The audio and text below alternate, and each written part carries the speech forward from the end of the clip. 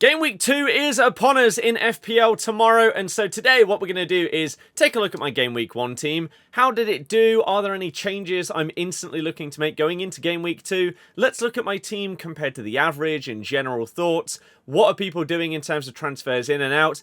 And most importantly, of course, let's take a look at my league table. So many of you have joined. We've got thousands of people in this league. It's genuinely crazy. I think this is the most we've ever had. So we'll see who's top of that, what your team was looking like.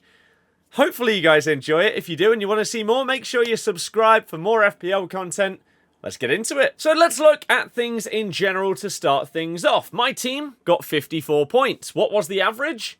54 points. So right on the money right there. I'll take it. A lot of people were below average, even if they're following all these FPL influencers and stuff like that, because certain players just did not hit this week. So I will take it to be bang on the money to start off with.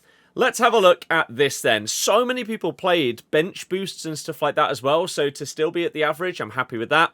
Most selected player was Palmer. Salah was the most captained. I was one of those. And now let's have a little look at who, based on what has happened, have been transferred in and out. So, unsurprisingly, nearly 1 million people have brought in Reinders. Loads of people have brought in Semenyo, Ekitike. I'm really intrigued to see what kind of transfers were made to bring in Ekitike. Did you downgrade from the likes of maybe you were punting on Isak, thinking he'd play? Did you have Ollie Watkins and you've gone down by nearly $500,000? I think that might be the one that people have gone for. We've got Chris Wood being brought in by a load of people as well. I assume the same scenario there. And Ballard from Sunderland because, I mean, he got 17 points. He scored a goal and got a clean sheet against West Ham. So basically a perfect start for him. And they've got Burnley next. Their fixtures, if they play anything like they did against West Ham, maybe Sunderland players will actually be ones to look out for. In terms of transfers out, though, I don't think this is surprising. Florian Wirtz. People are very, very quick to judge a player. And even if you've gone through multiple drafts and he's been in all of them, he has one game week where he doesn't get a goal involvement, he's out of there. I think it's very harsh. Frimpong is now confirmed injured until the 14th of September. So I think this one is fair. I think a lot of people probably would have taken him out anyway because he didn't even get the 60 minutes against Bournemouth and of course didn't get a goal involvement. Same with Kirkes, who actually got 0 points. But that hamstring injury, fair enough. You can immediately switch to one of the Arsenal defenders, to a Cucurella, something like that. Nori is an option as well. Konsa has been transferred out by a lot of people, even though he got 3 points, which is a lot more, well, maybe not a lot more, but at least one more point than a lot of other people's defenders got that potentially they spent a lot more on. And he's out until the 31st of August. He's only missing 1 game. I feel like a lot of people think that maybe he's missing 3. So he misses the Brentford game, but then he's back for Palace, Everton, Sunderland, Fulham, Burnley. It's a good run of fixtures, so interesting. Gvardiol being transferred out, didn't play a minute, and he is now pretty much confirmed injured. And then João Pedro. So maybe this is one that a lot of people did an immediate switch to Chris Wood for the same price point before his price went up. Fair enough. And Ballard got Player of the Week. Here was the Team of the Week. I do like that they have this section that gives you like the latest updates on player availability and injuries and stuff like that. Like the big Havertz injury is huge, which has now meant Eze's going to Arsenal, which is kind of crazy. So let's have a look at my team and the points that my team got. Oh, here. So 54 points. Again, no chip used from me. And I got bang on the average. So considering a lot of people use bench boost, I think actually compared to the people that didn't use their chips, maybe it's 1 or 2 points above average. So that's pretty good. Mats Hermansen had a shocking start. Really, really shocking. For the 3rd goal that West Ham conceded, this was utterly abysmal. And he's really let me down there. But it is what it is. Cucurella, I swear he was on 9 points. And then, what, did they retroactively change the bonus down from 3 to 2? Maybe. But 8 points for him. I switched to him as my big budget defender pretty late on in my drafts, and so I'm really happy with this one. So I'll take that, and Chelsea have got a really good run of fixtures. They didn't look incredible, but still a clean sheet, even if it was controversial. Pedro Porro getting a clean sheet against Burnley. No attacking returns, but that's fine. 6 points, you can never complain about that with defenders. Unfortunately, Juve faced the same fate as Hermansen, and here's hoping that this was just Sunderland's first game back in the Prem. They're going to absolutely smash it. West Ham, okay, it might take them a couple of game weeks for everyone to gel together. If not, these guys are not lasting in the team for very long, it has to be said. Now we move on to midfield. I did go for Tiani Reinders. Elliot Anderson was a lot of people's pick, but I've seen a good amount of Reinders in the past. I thought that it'd be good for Man City, potentially getting a few goal involvements, but also being a bit box-to-box like at times with the role that he's going to play and maybe get those defensive contributions. Turns out, no defensive contribution points, but he did get a goal and an assist, so beautiful. Salah scoring that late goal was clutch, because if not, he'd actually been pretty poor up to that point, it has to be said. Saka, can I be upset with 3 points here? I don't think so, because there were two, maybe three other big budget midfielders that I would have gone for or could have gone for instead of him. 1, Bruno Fernandes, did nothing. 2, Wirtz, did nothing. 3, Marmoush, barely played. So I think this is fine, and hopefully once him and Gyökeres get things worked out a little bit more, we can start to see some goal involvements from him. Dewsbury Hall was an interesting one because Everton for the first half were dreadful. Absolutely dreadful.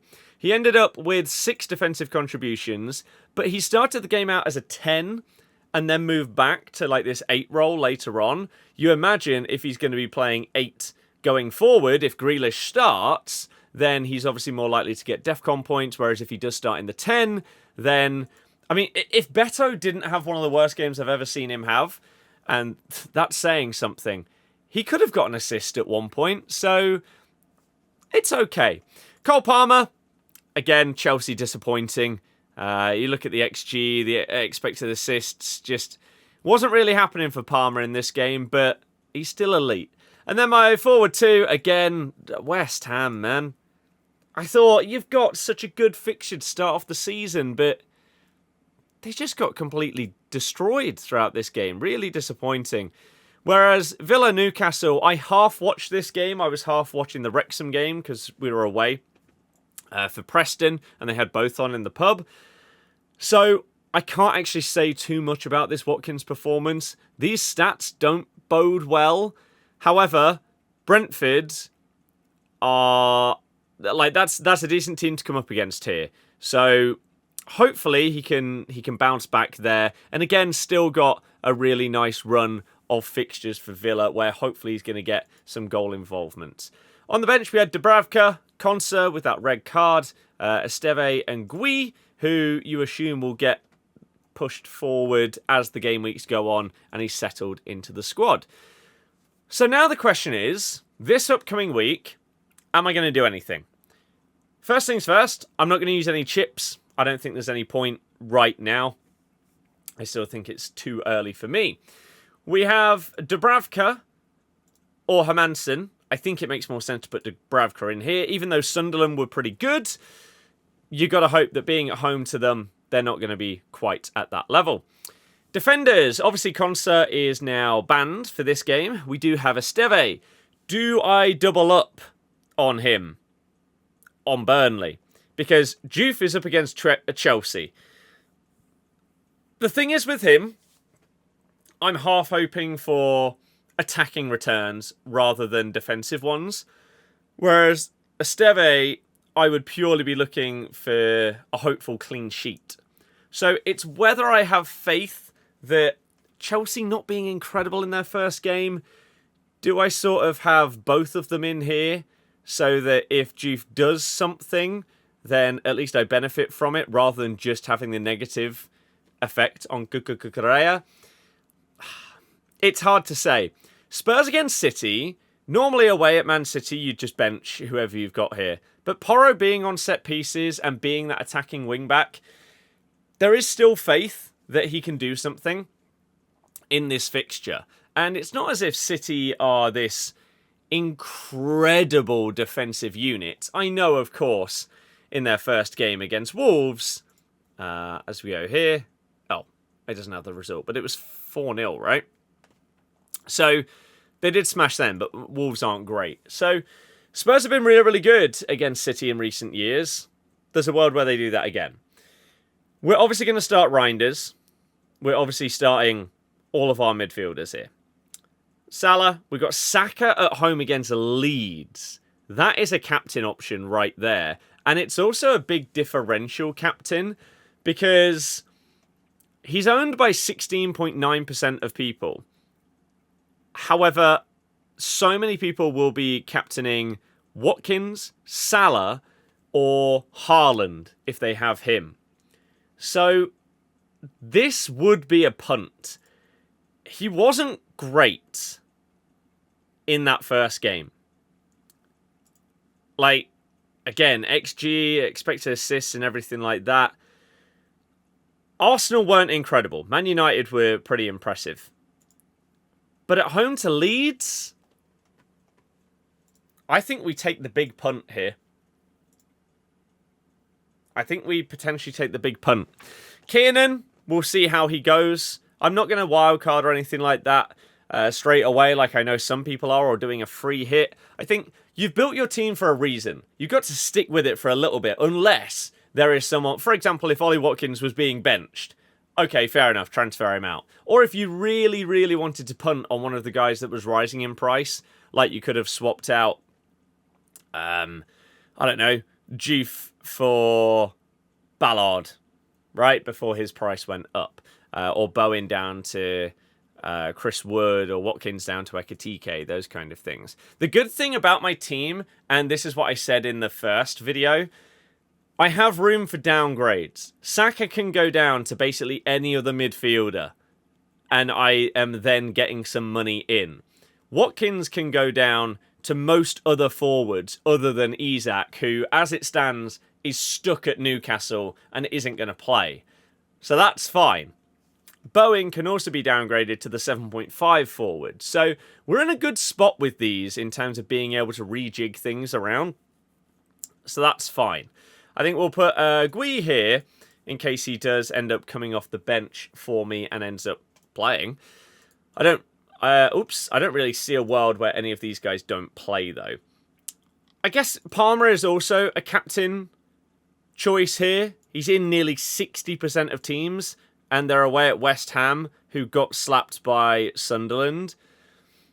But again, he didn't really do that much in their first game against Palace. Saka is absolutely my differential captain here. You've got Salah, you've got Haaland, you've got Palmer, and Ollie Watkins. It would be a risk early on in the season to punt on a captain choice based on not that much. But we know what Saka can do when he's at his best. So if I want to play it safe, I think I go with Palmer. But for now, I'm going to leave the captain's armband on Saka, and I'll update you on it over the weekend on like the shorts, Insta Reels and TikToks, which if you're not following us on, all the links are down in the description. You can go and find us there.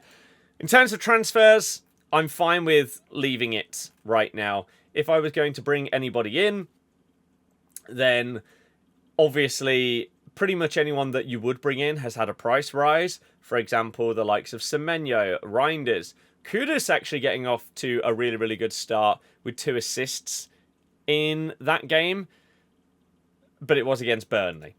Haaland hasn't gone up in price despite getting 2 goals, so you wonder how much he's got to do to have a price rise. I think he probably has to have a really, really good first few weeks, because he had a really fast start last season and then tailed off quite rapidly.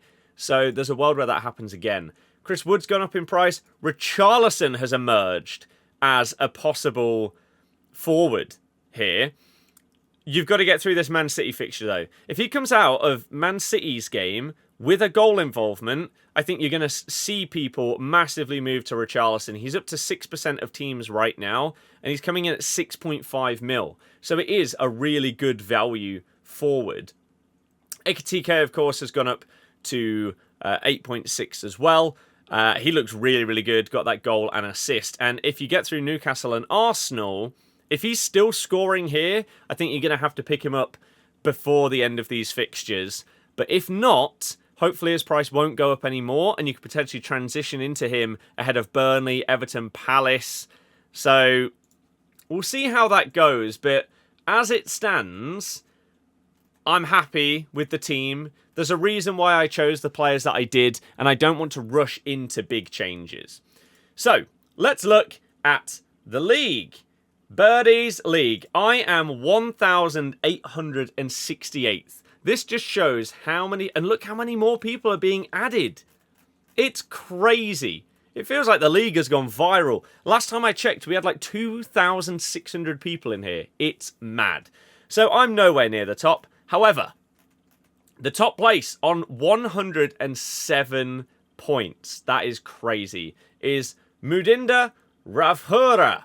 Let's see what the team was looking like. Robert Sanchez, they played their bench boost. Okay, looks like it's gone well. Frimpong is going to get transferred out as well of this team. Struik, Van de Ven, Elliot Anderson, Salah, Kudus, Marlon. 6 minutes for Marlon. Maybe they'll also be looking at this as a transfer out. Look at that forward line, though. My goodness. Haaland, Ekitike and Wood. Shows what you can still achieve even with a Salah and Haaland team. Crazy. No Cole Palmer, but who needs him when you got these guys? Absolutely smashing it. Crazy stuff. Bench boost. Bit of a waste, really. I mean, you got, what, 9 points there? But it means they are top of the league. As it stands, they are top of so many leagues. It's crazy. And overall in FPL, they are 475th. So we've got some good players in our league here. And the question is, will they still be top after game week 2? But that is everything in terms of this week's fantasy update. Hopefully you enjoyed it. Let me know whether you're making any changes to your teams down in the comments. Also, how did you do in game week 1? Thank you very much for watching. More videos coming very soon. In a bit.